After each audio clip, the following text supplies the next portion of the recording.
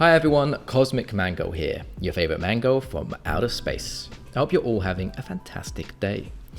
In today's video, we're going to be looking at a list of commanders that are so powerful that they should be killed on sight. What this means is as soon as that commander enters the battlefield, you've got to try and remove it or shut it down as fast as possible, because otherwise it's likely that commander is going to be a real nuisance and possibly run away with the game if it's left unchecked. Before we start, I'd quick like to mention my friends at Paramount Designs. They make amazing playmats with fantastic quality. If you're interested in picking up a new playmat with great artwork, check out the link in my description below, which is offering a special discount code for my YouTube viewers. Okie dokie, without further ado, sit back, relax, and enjoy the show. Number 1. Yuriko, the Tiger's Shadow.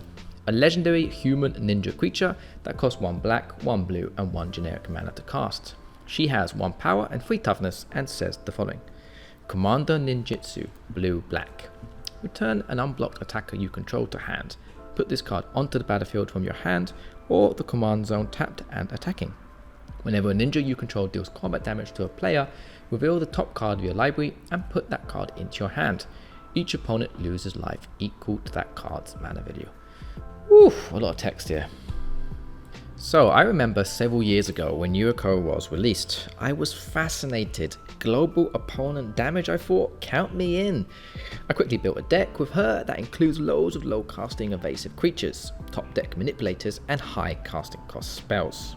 I enjoyed her gameplay, but quickly realized how powerful she was.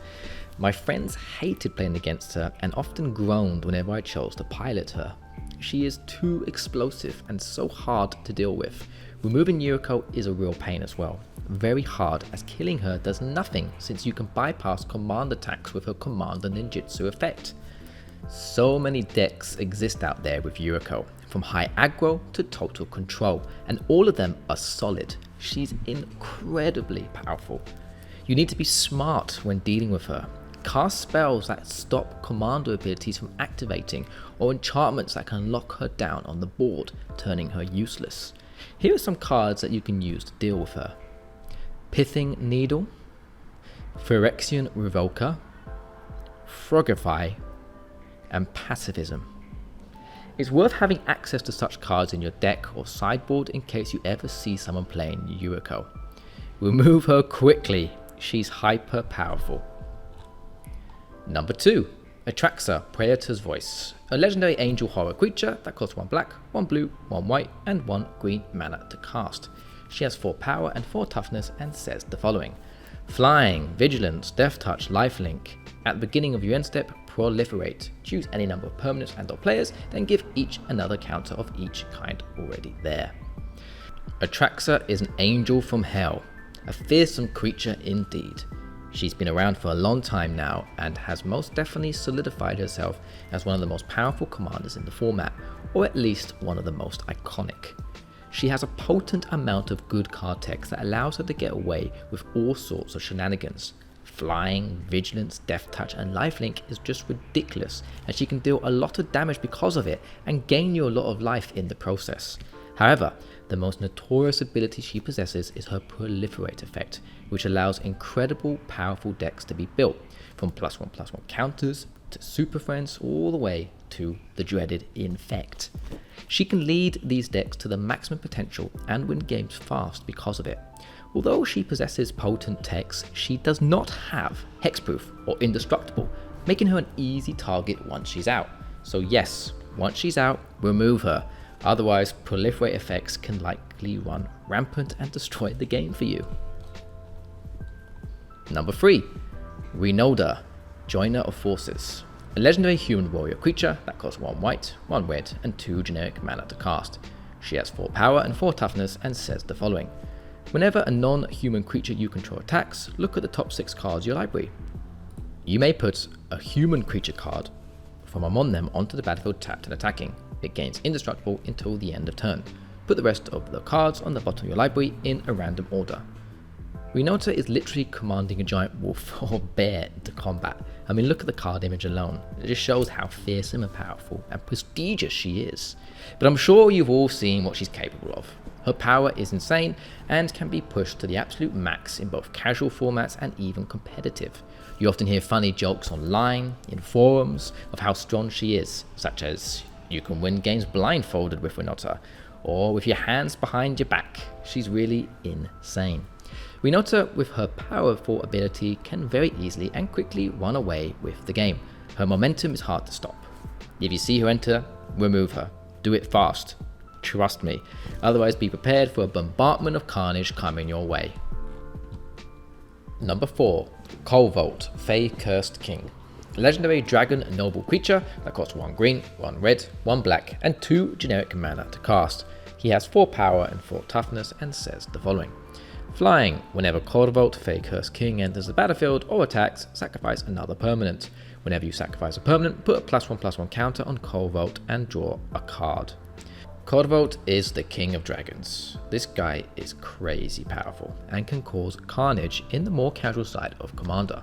What makes Korvold so busted, in my opinion, is when you combine him with treasure tokens. The color combination in his identity is known as Jund, and Jund is notoriously good at generating treasure tokens. As you're sacrificing treasures in the first place, to use them anyway, this makes Korvold's abilities so easy to trigger and allow you to very easily draw a card. Once Korvold gets going, he can snowball out of control and kill players very quickly.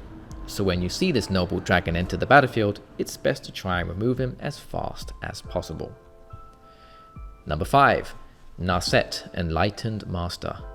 A legendary human monk creature that costs 1 white, 1 red, 1 blue, and 3 generic mana to cast. She has 3 power and 2 toughness and says the following. First strike hexproof. Whenever Narset Enlightened Master attacks, exile the top 4 cards of your library until the end of turn. You may cast non-creature spells from among those cards without paying their mana costs. Narset decks are very annoying to play against, as they often abuse her ability by casting huge casting cost spells for free, the most annoying being extra turn spells. When she gets going, you'll be watching her do things for a while, bored and hoping you get one more turn. She really slows down player interaction for the rest of the board, but herself. She has hexproof slapped onto her, making her hard to remove, so we gotta get smart. I recommend using board wipes, counter spells, and even spell cast restriction spells that only allow a player to cast 1 spell per turn. Some cool spells you can use are Declaration of Naught, which is a funny one to use against Narset, and Eidolon of Rhetoric, which completely ruins Narset's strategy. Number 6, the final card on my list. Urza, Lord High Artificer. A legendary human artificer creature that costs 2 blue and 2 generic mana to cast. He has 1 power and 4 toughness and says the following. When Urza, Lord High Artificer, enters the battlefield, create a 0/0 colorless construct artifact creature token. With this creature gets +1/+1 for each artifact you control. Tap an untapped artifact you control, add blue mana. For 5 generic mana, shuffle your library, then exile the top card. Until the end of the turn, you may play that card without paying its mana cost. So, Urza is the definition of power creep. After years and years of Magic, the power scales increase and increase, more and more. In the end, you end up with a creature like Urza, and oh my gosh is this commander strong. Urza, Lord High Artificer, is hailed as one of the strongest commanders in the format, and has good reason to be. His abilities are nuts. If you can generate infinite mana with him, you've won the game, as he has a mana sink attached to him that lets you pretty much wipe out all your opponents, or with all your combo pieces in your deck. Having the ability to tap your artifacts for mana is very solid. He is a very versatile commander with dozens of win conditions. If you see this commander enter the battlefield, do yourself a favour and remove him as soon as possible. It will save you the torment that he can deliver. Trust me, this commander is absurdly powerful. Okay everyone, we have come to the end of the video. I hope you enjoyed it. Thanks for making it this far. If you did enjoy the video, please could you drop a like, comment and subscribe to the channel. I would love to know if you have any recommendations on a commander you think is worthy to be killed on sight. If so, share it in the comment section below. I love reading your comments and I always try my best to answer them all. Thanks for watching everyone, and as always, take care and goodbye.